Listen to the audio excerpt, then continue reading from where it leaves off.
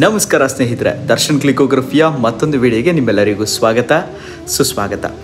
ಇಷ್ಟಾರ್ಥಗಳನ್ನು ಸಿದ್ಧಿಸೋಕೆ ಅಂತ ನಾವು ಹರಕೆಗಳನ್ನ ಓದ್ಕೋತೀವಿ. ಅದೇ ರೀತಿ ನನ್ನ ತಂದೆ ಕೂಡ ನಾನು ಈ ಭೂಮಿಗೆ ಬರಬೇಕು, ಆರೋಗ್ಯವಾಗಿ ಬರಬೇಕು ಅಂತ ತಂದೆ ಅಯ್ಯಪ್ಪನ ಹತ್ರ ಶಬರಿಮಲೆಯಲ್ಲಿ ಹೋದಾಗ ಅವರು ಹರಕೆನ ಓದ್ಕೊಂಡಿರ್ತಾರೆ. ಅಯ್ಯಪ್ಪನ ಈ ವರ್ಷ ನೋಡಬೇಕು, ಮುಂದಿನ ವರ್ಷ ನೋಡಬೇಕು, ಈ ಥರ ಅಂದ್ಕೊಂಡು ತುಂಬ ವರ್ಷಗಳಾದರೂ ಕೂಡ ಅಯ್ಯಪ್ಪನ ನೋಡೋಕ್ಕಾಗ್ತಿರಲಿಲ್ಲ. ಆ ಗಳಿಗೆ ನನಗೆ, ಆ ಪುಣ್ಯದ ಗಳಿಗೆ ನನಗೆ ಕೂಡು ಬಂದಿರಲಿಲ್ಲ ಅನಿಸುತ್ತೆ. ಆದರೆ ಈ ವರ್ಷ ಸ್ವಾಮಿ ಅಯ್ಯಪ್ಪನೇ ನನ್ನ ಕರೆಸ್ಕೊತಾ ಇದ್ದಾನೆ ಅಂತ ನಾನು ಭಾವಿಸ್ತೀನಿ. ಅಯ್ಯಪ್ಪನನ್ನು ನೋಡೋಕ್ಕೆ ಹೋಗ್ತಾ ಇದ್ದೀನಿ, ಅದ್ರ ಜೊತೆಗೆ ನಿಮ್ಮನ್ನು ಕೂಡ ಕರ್ಕೊಂಡು ಹೋಗ್ತಾ ಇದ್ದೀನಿ. ಎಲ್ಲ ದೇವಸ್ಥಾನಕ್ಕೆ ಹೋಗೋ ರೀತಿ ನಾವು ಅಯ್ಯಪ್ಪನ ನೋಡೋಕ್ಕೆ ಆಗಲ್ಲ. ಇಲ್ಲಿ ಕೆಲವೊಂದೊಂದು ಸ್ಟ್ರಿಕ್ಟ್ ಆದಂಥ ರೂಲ್ಸ್ ಆ್ಯಂಡ್ ರೆಗ್ಯುಲೇಷನ್ಸ್ ಇರುತ್ತೆ. ಯಾವ ರೀತಿಯ ರೂಲ್ಸ್ ಆ್ಯಂಡ್ ರೆಗ್ಯುಲೇಷನ್ಸು, ಮತ್ತು ಮಾಲೆನ ಯಾವಾಗ ಧರಿಸ್ಬೇಕು, ಯಾವಾಗ ಹೋಗಬೇಕಾಗತ್ತೆ, ಮಾಲೆ ಧರಿಸಿದಾಗ ಏನೇನೆಲ್ಲ ಮಾಡಬಾರ್ದು, ಹೀಗೆ ಕೆಲವೊಂದೊಂದು ನಿಯಮಗಳು ಇಲ್ಲಿದೆ. ಈ ವಿಡಿಯೋದಲ್ಲಿ ಸಂಪೂರ್ಣವಾಗಿ ನಿಮಗೆ ಒಂದು ಕ್ಲಾರಿಟಿ ಸಿಗುತ್ತೆ. ಶಬರಿಮಲೆಗೆ ಹೋಗಬೇಕಾದ್ರೆ ಹೇಗಿರಬೇಕು, ಏನು ಮಾಡಬೇಕು ಅನ್ನೋದನ್ನೆಲ್ಲ ನಿಮಗೆ ಕ್ಲಾರಿಟಿ ಸಿಗುತ್ತೆ ಅಂತ ನಾನು ಅಂದ್ಕೊಂಡಿದ್ದೀನಿ. ಯಾರ್ಯಾರೆಲ್ಲ ಫಸ್ಟ್ ಟೈಮ್ ನೋಡ್ತಾ ಇದ್ದೀರಾ ಅವರೆಲ್ಲ ದಯವಿಟ್ಟು ಸಬ್ಸ್ಕ್ರೈಬ್ ಮಾಡ್ಕೊಳ್ಳಿ. ವಿಡಿಯೋ ತುಂಬ ಚೆನ್ನಾಗಿರುತ್ತೆ. ಬನ್ನಿ ವಿಡಿಯೋನ ಶುರು ಮಾಡೋಣ. ಈಗ ನಾನು ತುಮಕೂರಿನಿಂದ ಶ್ರವಣಬೆಳಗೊಳ ರೂಟಲ್ಲಿರೋ ಜುಟ್ಟನಹಳ್ಳಿ ಎಂಬ ಗ್ರಾಮಕ್ಕೆ ಹೋಗ್ತಾ ಇದ್ದೀನಿ. ಜುಟ್ಟನಹಳ್ಳಿಯಲ್ಲಿ ಪ್ರತಿ ವರ್ಷ ಅಯ್ಯಪ್ಪನನ್ನು ನೋಡೋಕ್ಕೆ ಅಂತ ಒಂದು ಅಯ್ಯಪ್ಪ ಸ್ವಾಮಿ ಎಂಬ ಸಂಘವನ್ನು ಮಾಡ್ಕೊಂಡಿದ್ದಾರೆ. ಸೊ ಅವರ ಜೊತೆ ನಾನು ಈ ಬಾರಿ ಮೊದಲನೇ ಬಾರಿ ಅಯ್ಯಪ್ಪನನ್ನು ನೋಡಲು ಹೋಗ್ತಾ ಇದ್ದೀನಿ. ಮಾಲೆಯನ್ನು ಧರಿಸೋಕ್ಕೂ ಮುಂಚೆ ಈ ಕೆಲವು ವಿಚಾರಗಳು ನಮಗೆಲ್ಲ ತಿಳಿದಿರಬೇಕು. ನಾವು ನಮ್ಮ ಮನಸ್ಸನ್ನು ಶುದ್ಧತೆಯಿಂದ ಇಟ್ಕೋಬೇಕು ಮತ್ತು ಎಲ್ಲ ಅಂಶಗಳಲ್ಲಿ ನಮ್ಮ ಭಾವನೆಗಳನ್ನು ನಿಯಂತ್ರಿಸಬೇಕು. ಆಮೇಲೆ ಬೆಳಗ್ಗೆ 4 ಗಂಟೆಗೆ ಎದ್ದೇಳಬೇಕು. ಯಾವುದೇ ರೀತಿಯ ಶಾಂಪೂ ಸೋಪ್ ಹಾಕದೆ ತಣ್ಣೀರಿನ ಸ್ನಾನವನ್ನು ಮಾಡಬೇಕಾಗತ್ತೆ. ಪ್ರತಿದಿನ ಬೆಳಗ್ಗೆ ಸೂರ್ಯ ಉದಯ ಆಗೋಕ್ಕೂ ಮುಂಚೆ, ಸೂರ್ಯ ಮುಳುಗಿದ ನಂತರ ಅಯ್ಯಪ್ಪನ ಭಜನೆಯನ್ನು ಅಥವಾ ಪೂಜೆಯನ್ನು ಮಾಡಬೇಕಾಗತ್ತೆ. ಯಾವುದೇ ರೀತಿಯ ಶೂ ಅಥವಾ ಸ್ಲಿಪ್ಪರ್ನ ಬಳಸಬಾರ್ದು. ಯಾರ ಹತ್ರನೂ ಸುಳ್ಳು, ಕೆಟ್ಟ ಮಾತು ಅಥವಾ ರೇಗೋದಾಗಲಿ ಮಾಡಬಾರ್ದು. ಎಲ್ಲರನ್ನೂ ಸ್ವಾಮಿ ಅಂತಲೇ ಕರಿಬೇಕು. ಎಲ್ಲರಲ್ಲೂ ಸ್ವಾಮಿಯನ್ನೇ ಕಾಣಬೇಕು. ನೈಲ್ ಕಟ್ ಮಾಡೋದು, ಹೇರ್ ಕಟ್ ಮಾಡೋದು, ತಲೆಗೆ ಎಣ್ಣೆ ಹಚ್ಚೋದು ಮಾಡೋ ಹಾಗಿಲ್ಲ. ಅಡುಗೆನ ನಾವೇ ತಯಾರಿಸಬೇಕು ಅಥವಾ ಸ್ವಾಮಿಗಳು ಇಲ್ಲ ತಾಯಿಯ ಬಳಿ ಅವರು ಸ್ನಾನ ಮಾಡಿದ ನಂತರ ಅಡುಗೆಯನ್ನು ತಯಾರಿಸ್ಬೋದು. ಎಲ್ಲ ಕೆಟ್ಟ ಚಟಗಳಿಂದ ದೂರ ಇರಬೇಕು. ನಾನ್ ವೆಜ್ ತಿನ್ನಬಾರ್ದು. ಅಡುಗೆಗೆ ಈರುಳ್ಳಿ ಮತ್ತು ಬೆಳ್ಳುಳ್ಳಿಯನ್ನು ಹಾಕಬಾರ್ದು. ಇದಿಷ್ಟು ನಾನು ತಿಳಿದ ನಿಯಮಗಳು. ಈಗ ನೋಡ್ತಾ ಇದ್ದೀರಲ್ಲ, ಇದೇ ಸಮುದಾಯ ಭವನ. ಜುಟ್ಟನಹಳ್ಳಿಯ ಬಾರೆ ಮೇಲೆ ಇರುವಂತಹ ಸಮುದಾಯ ಭವನ. ಇದು ಈಗ ಅಯ್ಯಪ್ಪನ ಸನ್ನಿಧಿ ಆಗಿದೆ. ಪ್ರತಿದಿನ ಬೆಳಗ್ಗೆ ಎದ್ದು ಮುಂಜಾನೆ ಮತ್ತು ಸಂಜೆ ಭಜನೆಯನ್ನು ಮಾಡೋದಾಗಿರಲಿ ಅಥವಾ ಬೆಳಗ್ಗೆ, ಮಧ್ಯಾಹ್ನ ಮತ್ತು ಸಂಜೆಯ ಫಲಹಾರ ಆಗಿರಲಿ, ಎಲ್ಲವನ್ನೂ ಸ್ವಾಮಿಗಳು ಇಲ್ಲೇ ಸೇವಿಸುವಂಥದ್ದು. ಚಿಕ್ಕ ಚಿಕ್ಕ ಮಕ್ಕಳು ಕೂಡ ಇಲ್ಲಿ ಭಜನೆಗೆ ಬರ್ತಾರೆ. ಚಿಕ್ಕ ಮಕ್ಕಳಿಗೆ ನಾವು ಮಣಿಕಂಠ ಸ್ವಾಮಿಗಳು ಅಂತ ಕರೀತಾರೆ. ಮಣಿಕಂಠ ಸ್ವಾಮಿಗಳಾಗಿರ್ಬೋದು, ಗಂಟೆ ಸ್ವಾಮಿಗಳಾಗಿರ್ಬೋದು ಹಾಗೂ ಗುರುಸ್ವಾಮಿಗಳಾಗಿರ್ಬೋದು, ಎಲ್ಲರೂ ಸಹಿತ ಒಟ್ಟಿಗೆ ಸೇರಿ ಇಲ್ಲಿ ಪೂಜೆಯನ್ನು ಮಾಡಲಾಗುತ್ತೆ. ಈಗ ನೀವು ನೋಡ್ತಾ ಇದ್ದೀರಲ್ಲ, ಇದನ್ನು ಪಡಿ ಪೂಜೆ ಅಂತ ಕರೀತಾರೆ. 18 ಮೆಟ್ಟಲ ಮೇಲೆ ದೀಪವನ್ನು ಇಟ್ಟು ಒಂದೊಂದು ದೀಪವನ್ನು ಹಚ್ತಾ ಮೇಲೆ ಬರ್ತಾರೆ. ಈ ದೃಶ್ಯವನ್ನು ನೋಡಲು 2 ಕಣ್ಣು ಸಾಲಲ್ಲ. ಇದರಿಂದ ನಮಗೆ ಅದೆಷ್ಟು ಭಕ್ತಿ ಅಯ್ಯಪ್ಪನ ಮೇಲೆ ಕ್ರಿಯೇಟ್ ಆಗುತ್ತೆ ಅಂದರೆ, ಸದಾ ನಾವು ಅಯ್ಯಪ್ಪನ ಧ್ಯಾನದಲ್ಲೇ ಇರೋದ್ರಿಂದ ಅಯ್ಯಪ್ಪನನ್ನೇ ನಾವು ಪ್ರತಿದಿನ ನೋಡ್ತಾ ಇದ್ದೀವಿ ಅನ್ನೋ ಫೀಲಿಂಗ್ ಇರುತ್ತೆ.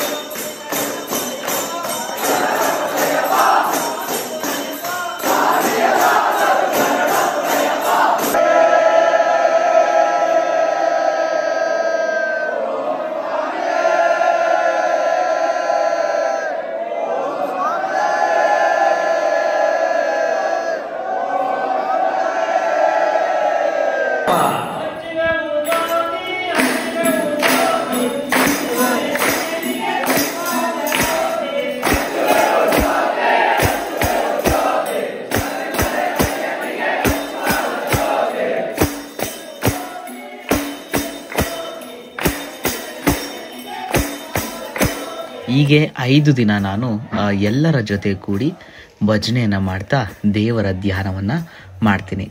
ಇವತ್ತು ನಾನು ಶಬರಿಮಲೆಗೆ ಹೋಗ್ತಾ ಇದ್ದೀನಿ. ಮಾಲೆ ಹಾಕಿ 5 ದಿನ ಆಗಿದೆ. ಇವತ್ತು ಎರಿಬುಡಿ ಕಟ್ತಾರೆ. ಮನೆಯಿಂದ ಹೊರಡಬೇಕಾದ್ರೆ ನಮಗೆ ಸ್ವಾಮಿಗಳು ಬಂದು ಪೂಜೆ ಮಾಡಿ ಅವರೇ ಇಲ್ಲಿಂದ ಕರ್ಕೊಂಡು ಹೋಗ್ತಾರೆ. ಅದಕ್ಕೂ ಮುಂಚೆ ತಂದೆ ತಾಯಿ ಮತ್ತು ಮನೆಯಲ್ಲಿರುವಂತಹ ಹಿರಿಯರ ಹತ್ರ ನಾವು ಆಶೀರ್ವಾದನ ತಗೋಬೇಕಾಗತ್ತೆ.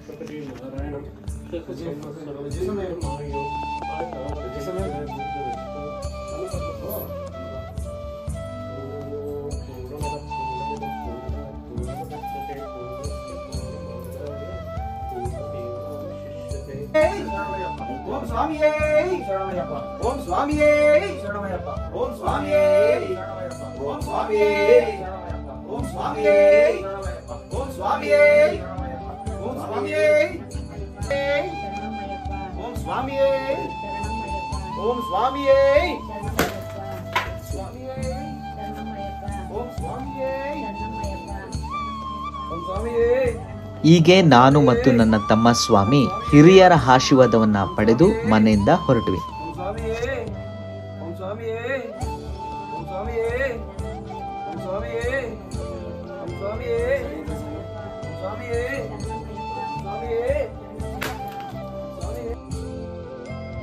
ಇವತ್ತು ಸನ್ನಿಧಿಯಲ್ಲಿ ಹಿರಿಮುಡಿಯನ್ನು ಕಟ್ಟಿಸ್ಕೊಳ್ಳುವಂಥ ದಿನ. ಅದಕ್ಕಾಗಿ ಎಲ್ಲ ಸಕಲ ಸಿದ್ಧತೆಗಳು ನಡೀತಾ ಇದೆ.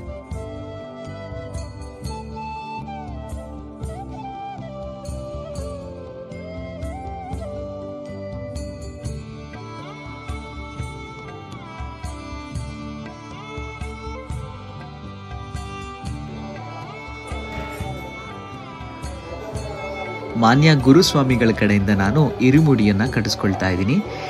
ಇರಿಮುಡಿ ಕಾಯಿಗೆ ತುಪ್ಪವನ್ನು ತುಂಬಲು ಅಮ್ಮ, ಚಿಕ್ಕಮ್ಮ, ಮಾಮ ಹೀಗೆ ಎಲ್ಲ ನನ್ನ ಕ್ಲೋಸ್ ರಿಲೇಟಿವ್ಸ್ಗಳೆಲ್ಲ ಬಂದಿದ್ದಾರೆ.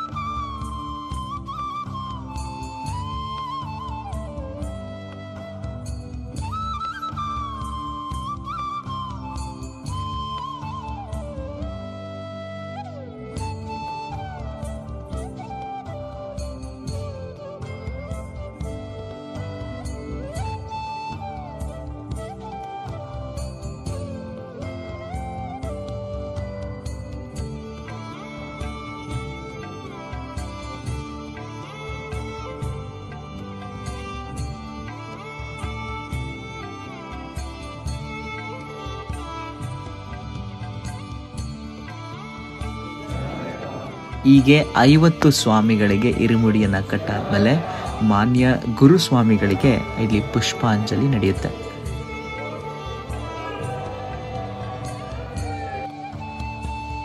ಹೀಗೆ ಬಂದಿರುವಂಥ 50 ಸ್ವಾಮಿಗಳು ಇರಿಮುಡಿಯನ್ನು ಹೊತ್ತು ಗ್ರಾಮ ದೇವತೆಗಳಿಗೆ ಕಾಯನ್ನು ಹೊಡೆಯಲು ಹೋಗ್ತಾ ಇದ್ವಿ.